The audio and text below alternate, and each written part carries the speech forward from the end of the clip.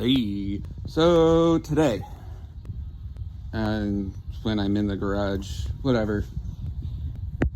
So I picked up this air compressor off the marketplace for $25. Puts out like 7.5 CFM at 90, so it'll run my air tools, run my plasma machine, hopefully. Thing is, the check valve here leaks. So originally I tried to just adjust this so it wouldn't push the thing and, make it leak. That doesn't really do the trick because the function of the check valve is to let the pressure off of here so that it can restart. So now it doesn't leak, but it won't restart once it gets too low. So it just kind of bogs or whatever, draws too much amp and pops the circuit breaker. So I need to get this plastic part off, which means I have to take this and this off and some screws off the back so I can get this check valve out, see if I can just clean it. Like maybe there's just some junk stuck in it. Maybe I can clean it, fix it, or I have to replace it. It looks like they're about $30-ish, which isn't terrible. I saw some for like 10, 15, 20, something like that. On, jungle.com. So I'll time lapse it and let you watch me do that.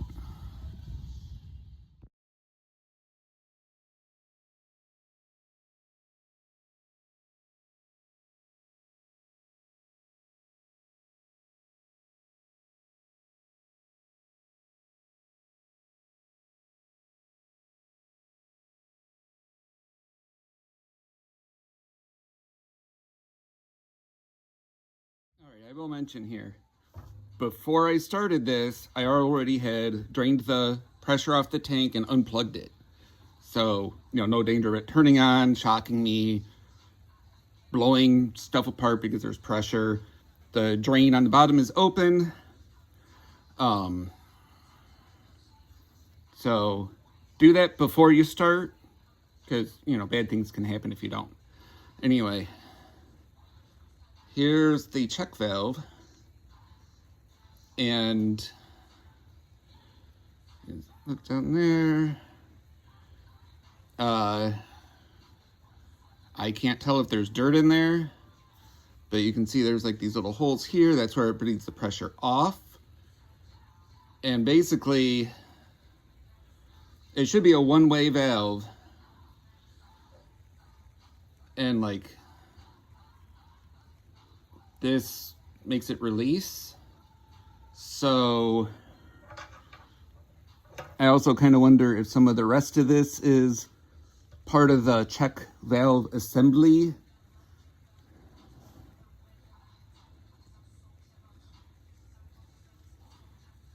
I wonder. Okay, so this goes right in the end of this, which sits here, and when it turns off, this comes down and that little thing pushes this down. So I'm thinking this is the actual check valve down here that should, the idea is to release the pressure off of this line, which, goes up here to the head. And this is to release the pressure off of this part. So I think the actual check valve is in here. Even though this looks kind of like what I Googled up, except the ones I Googled up don't have this little button. So that's interesting. And the other thing that's weird is even when it would shut off and it's holding this down and leaking, it wouldn't restart this. This would not start pumping until it got below like it would stall. You know, it would be trying to pump but would not go until it got below like a certain pressure, like 70 or 60 or something. So I think down here is what I need to get at. So I need to undo this and figure out how to undo this.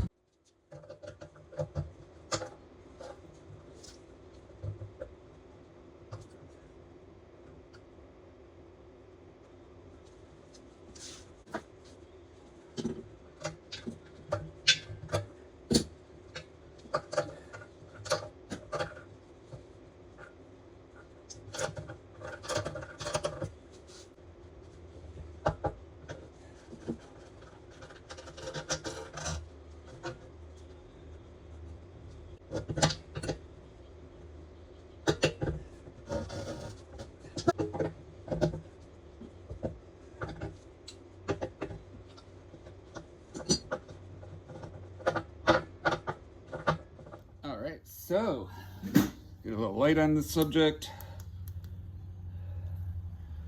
Let's see. You can kind of see, like right there, that piece of gunk.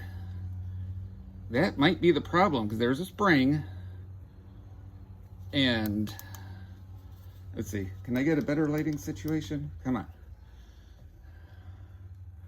See that? I bet you. Well, I'm hoping that that's it. As I turn this, look, see that? That looks crooked. That doesn't look correct. And it's being held up by that. You know, do a little clean, little WD-40 or some blaster in there, and that'll be good. So I am going to try and do this on camera. Okay.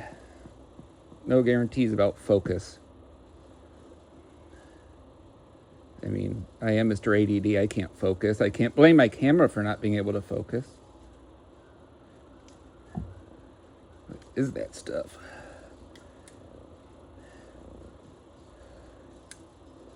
Okay, so see now, that spring kind of moves back and forth like it looks like it's doing what it should.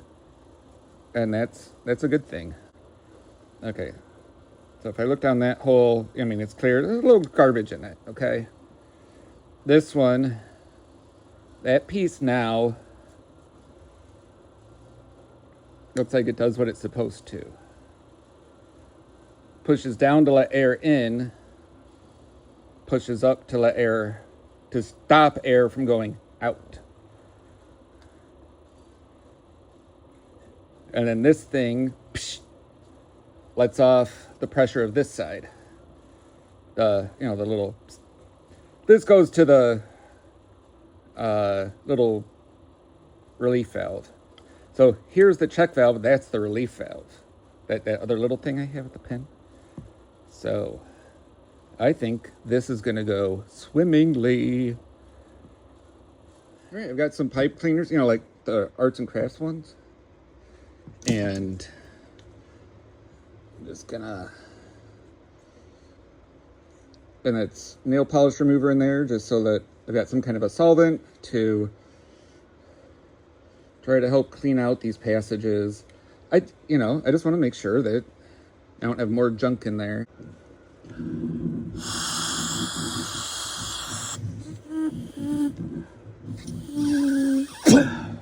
Okay.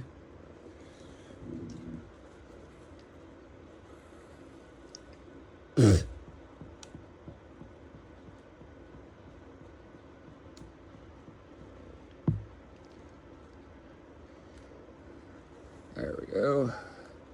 Compress that down like that, and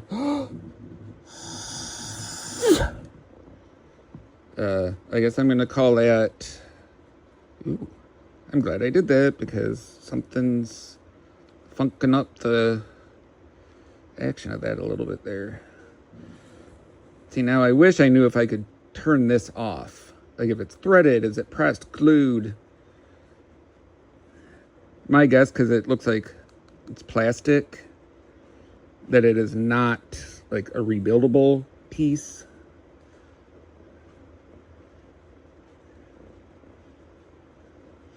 But I can kind of see that this is not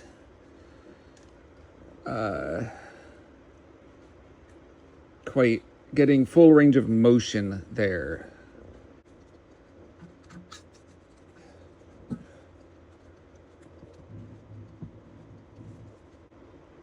Yeah, oh, I just saw a little bit of garbage in there. I'd like to figure out if I can undo this part here.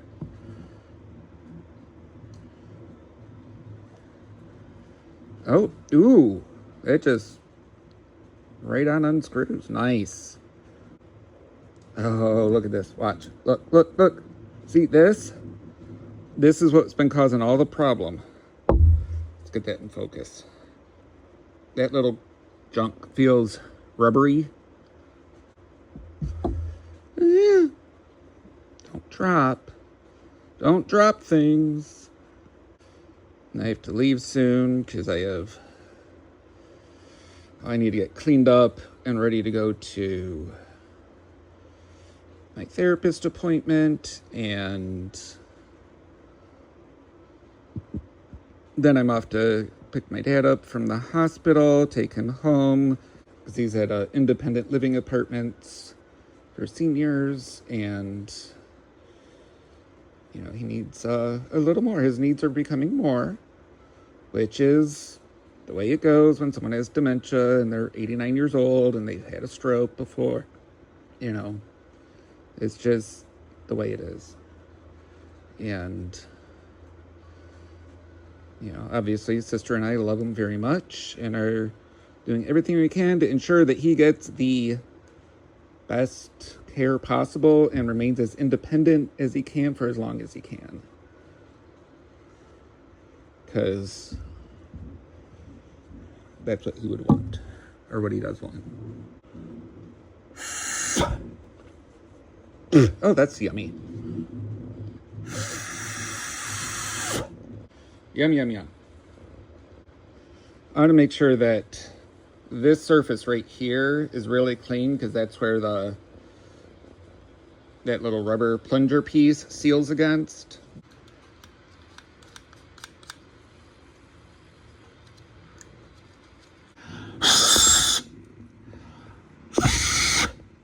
Ah, yeah, that's yummy. PB Blaster tastes so good. Part of a nutritious diet. All right, so then this spins back in there like that. That goes there to there, or so it ends up like this. Now, what I need to do is look inside the tank, and I need to reassemble it. Find my thread tape or plumber's goo.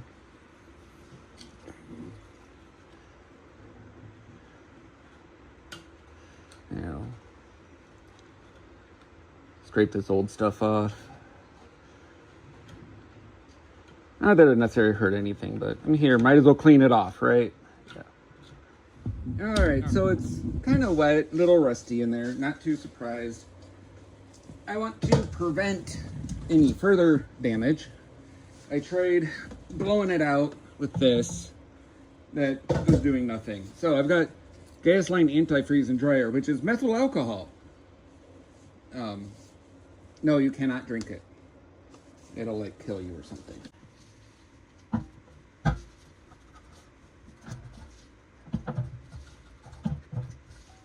Oh, it's chunky in there? Or if it's just the sound of the stuff sloshing around.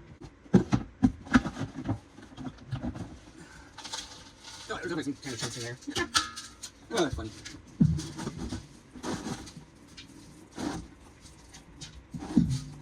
Too quickly. Danger, risk of pressure. Oh, fun. So I'm gonna let this sit like this and dry.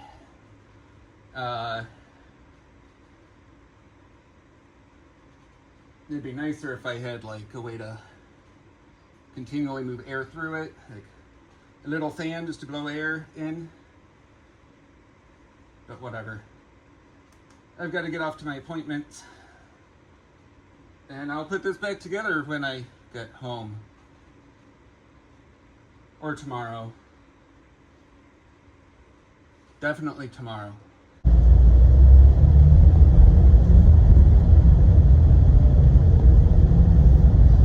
Saying hi.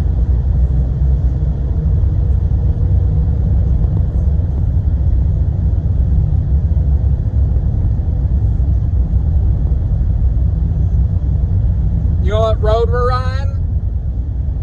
Do you remember the name of this road? I don't remember. This is Telegraph Road. Telegraph? Yes. Does that sound familiar? Yes. Okay. Telegraph.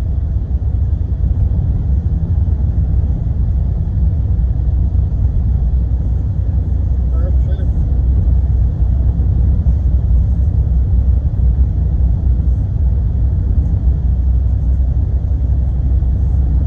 Yep, Orchard Lake Road. Yeah.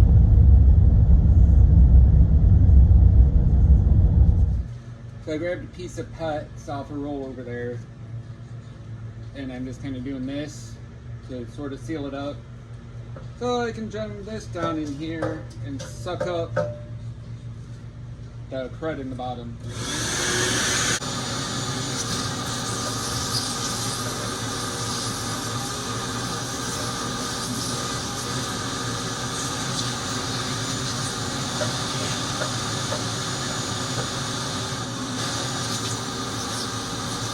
Alright, so now I'm going to dump some used motor oil in there just to cover that rusty area on the bottom. I'll probably leave it in there for a while and strain it out, later. Days, weeks, months, years, who knows. I just want to cover that rusty area, let that oil really soak in to prevent further rusting, because rusty metal not good. And it's well used motor oil, which means it'll be nice and thin and full of carbon that will help with preventing rust. Sure, that's it. See, science. And yes, I just made all that up. Anyway, I grabbed some of the old, this is probably 25-year-old pipe thread. Dope. But guess what? It'll go. It'll work. Yep, tastes good. It'll be fine. I just need a little. I probably have Teflon tape somewhere, but who knows where that is right now. That's perfectly good. Just smear it on. And the rest of these are compression fittings, so they shouldn't need anything. See, I'm putting it at an angle here so I don't have out the threads.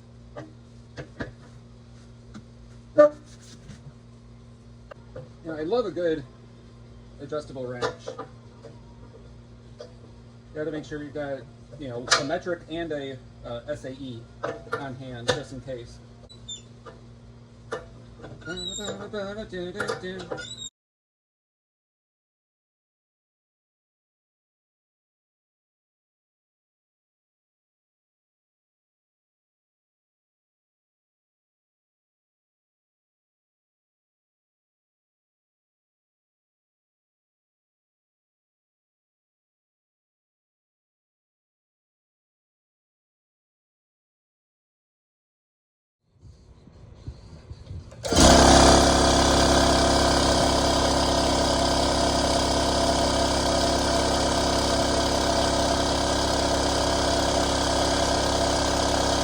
Watch that right there when it cuts off.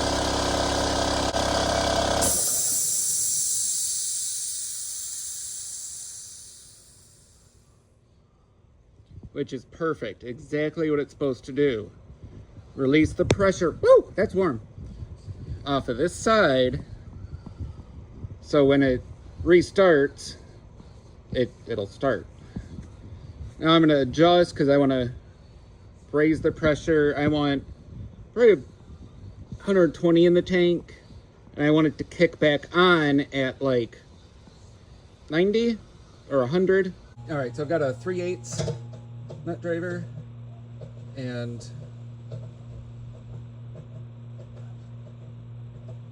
just tighten this until it kicks back on. All right, so it kicked off right at 120. Now I'm just going to pull the little pressure release valve.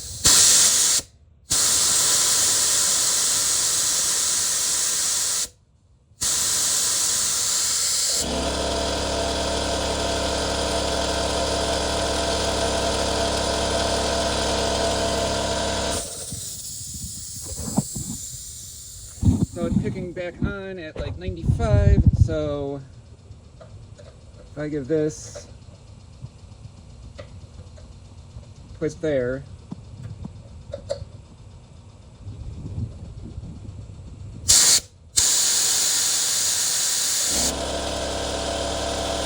all right, now I just need an air hose. This one, 2 of those ends. That one, no end here, and you know, female end there.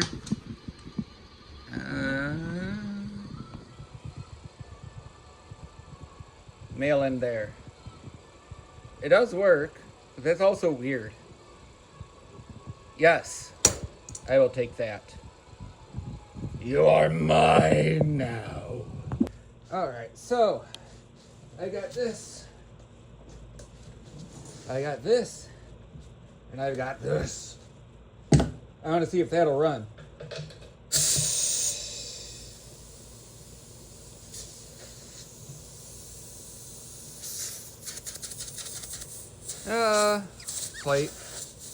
Slight issue.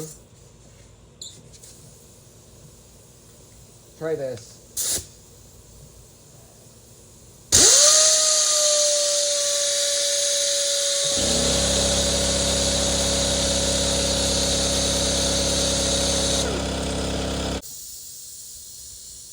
Alright, so I just need to cut this off here. You know, move this to the good hose area. That'll be easy. My little barb fitting is way too small for my air hose. So I took this fitting off of this air hose to discover that it's got a female end and then a male end, which is interesting.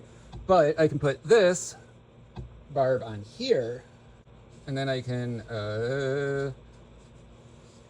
make this one adapt to that one somehow, hopefully.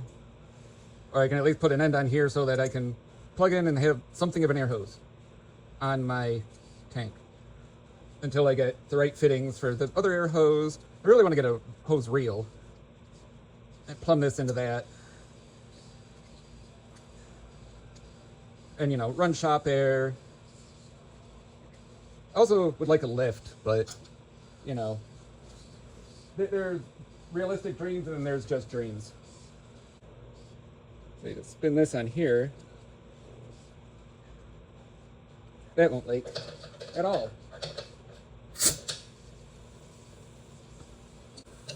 Now, tighten. Tighten, tighten. There we go. When it slips, it's tight. Okay, now I want to see how well this keeps up.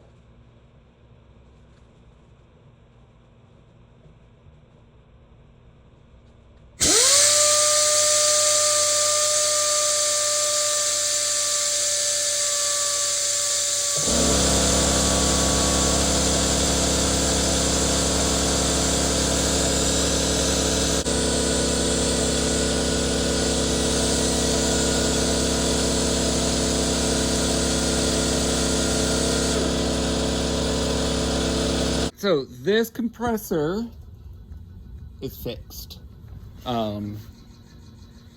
It could, I don't know, as if it really is keeping up with that tool for a real long time, but it's got enough to, you know, make it a useful tool.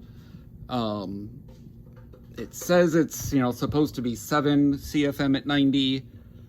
I think those tools, if I remember correctly, are about 5 CFM at 90. But it's also not under any load the way I was just running it. So that might make a difference. I hear a little bit of an air leak I need to chase down. And now that air leak, I think, stopped. So I don't know, maybe this, you know, the regulator out to the tool could be better, because it looks newer and kind of cheap. But anyway, I'm calling this a fixed thing. I like things that are fixed. They're more fun to use. And so I guess that's it kind of for this one. I just gotta, you know, put the covers back on and all that. Nothing much. Or I can just leave the stuff out, so, you know, for safety. So you can stick your fingers on the hot contacts. Yay! Alright, if you like content like this, like, comment, subscribe, send me free shit. Have fun.